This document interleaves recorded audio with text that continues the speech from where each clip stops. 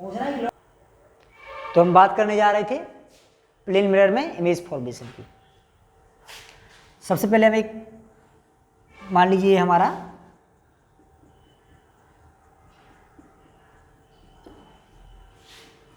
M1 M2 क्या है, एक प्लेन मिरर है, ठीक है। और अगर ये कोई ऑब्जेक्ट रखी है, मान लीजिए पॉइंट ऑब्जेक्ट है, स्मॉल साइज की ऑब्जेक्ट है, तो हमने कहा था कि इसको हम डॉट से दिखाएंगे। मान लीजिए ऑब्जेक्ट आपकी O हो गई और इधर से ऑब्जेक्ट से एक रे आ रही है और क्या कह रही है, परपेंडिकुलर इंसिडेंट हो रही है आपके मिरर पे। दूसरी रे आ रही है आपकी और इधर पे जो है इंसिडेंट हो रही है। हमेशा ध्यान दीजिए जब भी हम इमेज फॉर्मेशन करेंगे तो इमेज फॉर्मेशन में क्या करेंगे, दो रे लेंगे, ठीक। आपने ये जब भी देखा होगा कि जब परपेंडिकुलर कोई रे हमारे मिरर पे इंसिडेंट होगी तो आफ्टर रिफ्लेक्शन वो क्या करती है, उसी रास्ते से यानी उसी वे को फॉलो करते हुए है ना रिफ्लेक्ट हो जाती है। तो इसमें अगर आपने देखा होगा कि नॉर्मल इंसिडेंट की फिनोमेना है और नॉर्मल इंसिडेंट में हमेशा क्या होता है, एंगल जो आपका आई होता है इंसिडेंट एंगल और जो रिफ्लेक्टेड एंगल है क्या होता है, दोनों जीरो होते हैं क्योंकि नॉर्मल यहीं भी बनेगा, ठीक है। अगर हम इसमें बात करें इस वाली रे की, तो इस वाली रे यहाँ पे इंसिडेंट हो रही है, ठीक है, और ये आपका पॉइंट ऑफ इंसिडेंट इधर से एक मान लीजिए हम नॉर्मल खींच रहे हैं, ये नॉर्मल को आप नाम दे दीजिए n, और ये रे आफ्टर रिफ्लेक्शन इस डायरेक्शन में जा रही है, ठीक। तो ये जो एंगल है आपका I बनेगा, ये क्या बनेगा आपका R, यानी ये एंगल ऑफ इंसिडेंट है, ये क्या है, रिफ्लेक्टेड एंगल है। अगर हम इसको पॉइंट को नाम दे दें, मान लीजिए इसको n दे दिए हैं, इसको अगर आप d मान लीजिए और इसको O दिए हैं, इसको अगर आप a मान लें और इसको मान लीजिए हम b मान लेते हैं। अब ये देखिए कि आफ्टर रिफ्लेक्शन ये जो रे जा रही है, ये जो रे जा रही है, अगर मिरर में आगे की बात करें तो अबाउट डायरेक्शन में कहीं भी नहीं मीट होगी। अब चले ये इधर जा रही है, ये इधर जा रही है, मतलब ऐसा कोई भी पॉइंट नहीं आएगा जिसपे जो दो रो है आपस में क्या करेंगी, रियल में मीट होगी। तो अगर हम डाउनवर्ड डायरेक्शन में इसको पीछे की साइड जो है इस तरह से ड्रॉ कर रहे हैं तो ये रे आपकी इधर मीट हो रही हैं। और हमने आपको बताया था कि जहाँ भी रे एक्चुअल में मीट हो या फिर क्या है अपीयर हो मीट हो, तो ये तो एक्चुअल में मीट नहीं हो रही थी, बैकवर्ड डायरेक्शन में इधर क्या है मीट हो रही हैं। तो जो आपका इमेज बनेगा इसी पॉइंट पे आपका क्या बनेगा, इमेज बनेगा। अगर हम पोजीशन की बात करें इमेज की तो ये आपका क्या है, मिरर है, मिरर से ये जो डिस्टेंस हो गई कितने दूर पे बन रही है, ठीक है, ऑब्जेक्ट इतने डिस्टेंस पे है, तो इन दोनों में हमको रिलेशन निकालना है कि आखिरकार इनका डिस्टेंस क्या है।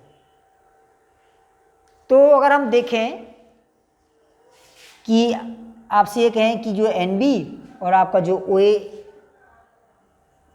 जो दो लाइन है, जो पैरेलल लाइन है, और जो BO लाइन है क्या कर रही है, दोनों को इंटरसेक्ट कर रही है।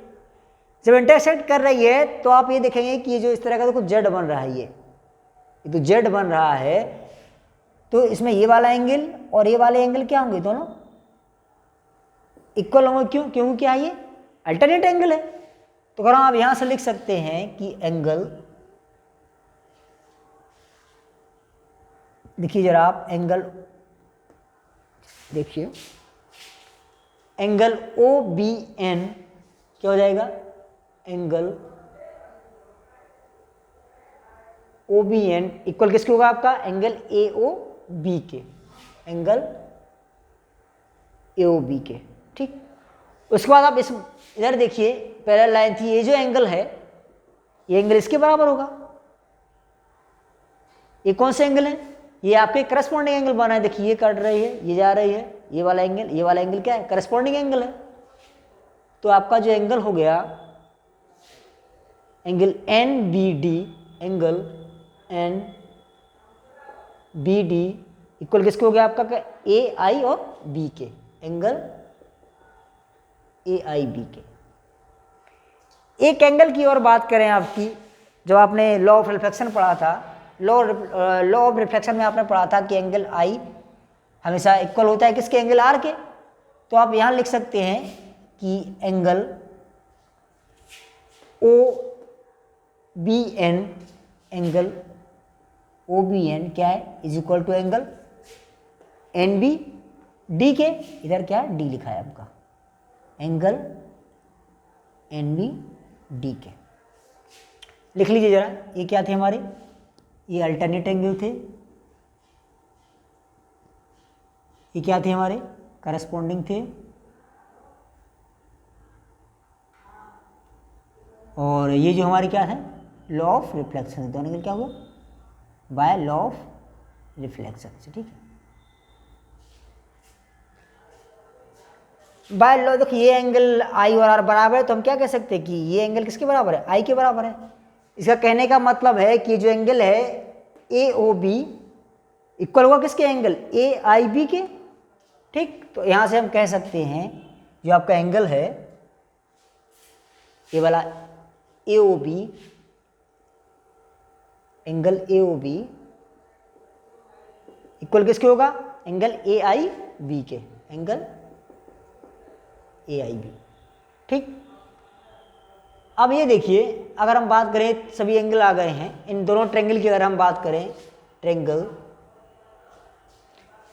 ए ओ बी और ए आई बी की, अगर आप ए ओ बी और ए आई बी की बात करें, इन ट्रेंगल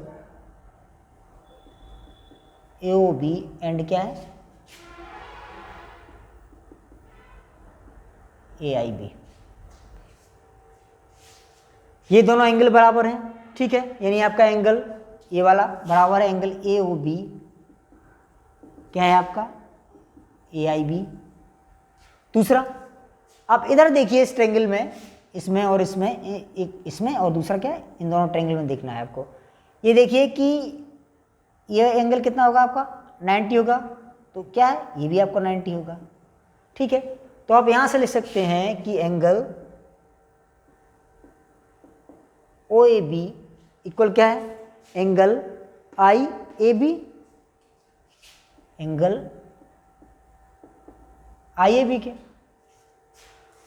और अगर थर्ड देखें तो जो ए बी जो साइड है, दोनों ट्रायंगल में क्या है, कॉमन है, तो जो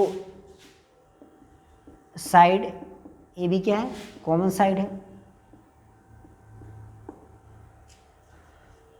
देखिए इसमें दो एंगल बराबर हैं और एक साइड क्या है, कॉमन है, तो आप कह सकते हैं कि side angle side angle congruent से, ठीक है, एंगल साइड एंगल कॉन्ग्रेंट से ये जो दोनों ट्रायंगल हैं A O B, triangle A O B क्या है, किसके कॉन्ग्रेंट है, ए आई बी के, ट्रायंगल ए आई बी। और जब भी जो है दो ट्रायंगल कॉन्ग्रेंट होते हैं तो क्या कह सकते हैं आप कि सभी साइड इक्वल होंगी। इसका मतलब ये है कि ए ओ आपका इक्वल किसके होगा, ए आई के, ए ओ इक्वल क्या होगा आपका, ए आई के। अच्छा ये देखिए ए ओ और ए आई है क्या, ये हमने देखा था कि ए ओ जो डिस्टेंस है वो मिरर से ऑब्जेक्टिव डिस्टेंस है, और जो ए आई है डिस्टेंस है किसकी, मिरर से इमेज की। तो यहाँ से हम कह सकते हैं कि जितने डिस्टेंस पे आपका ऑब्जेक्ट है उतने ही डिस्टेंस पे क्या है, मिरर से आपकी इमेज है, ठीक है। तो यहाँ से कुछ प्रॉपर्टी निकल के आ रही हैं, एक तो ये निकल के आई थी कि इमेज आपका वर्चुअल बन रहा है, दूसरी प्रॉपर्टी निकल के आई है ना। तो अगर हम प्रॉपर्टी की बात करें कि प्रॉपर्टी की बात करें प्लेन मिरर में इमेज की, तो पहले क्या है, पहले आप कह सकते हैं कि जो इमेज बन रही है वो आपकी क्या बन रही है, वर्चुअल बन रही है। क्यों? क्योंकि अपीयर हो रही हैं, एक्चुअल में मीट नहीं हो रही हैं, तब क्या करेंगे, वर्चुअल है। और आपने देखा था कि वर्चुअल इमेज हमेशा क्या होती है, इरेक्ट होती है। पिछले वीडियो में आपने देखा होगा। दूसरे अगर हम बात करें साइज की, तो साइज भी क्या होता है, सेम होता है। जितना ऑब्जेक्ट का साइज होता है उतना क्या होता है, इमेज का साइज होता है। ठीक है, लिख सकते हैं सेम साइज एज ऑब्जेक्ट। और एक हम यहां से निकाले थे कि डिस्टेंस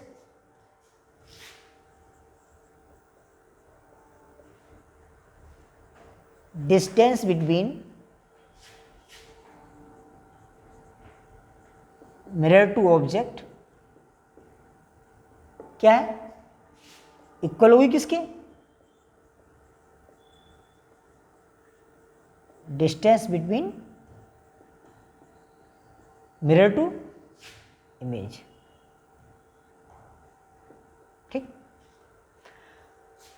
जो आप अगली प्रॉपर्टी आप कह सकते हैं, एक प्रॉपर्टी होती है जो मोस्ट प्रॉपर्टी है लेटरल इन्वर्जन की। ठीक है, जो आपकी इमेज होगी क्या होगी, लिटरली इन्वर्टेड होगी, लिटरल इन्वर्टेड होगी। अच्छा, लिटरल इन्वर्टेड है क्या? लिटरल इन्वर्टेड जैसे कि अगर आप शीशे के सामने आप अपना मान लीजिए दाएं हाथ ऊपर उठा रहे हैं, तो शीशे में आपको लगेगा कि आप का बाएं हाथ ऊपर उठ रहा है ना, या बाएं हाथ आपको ऊपर उठेगा। तो जो इस तरह की जो फिनोमेना है वो क्या कहलाती है, आपकी लिटरल इन्वर्जन की फिनोमेना कहलाती है। अगर अब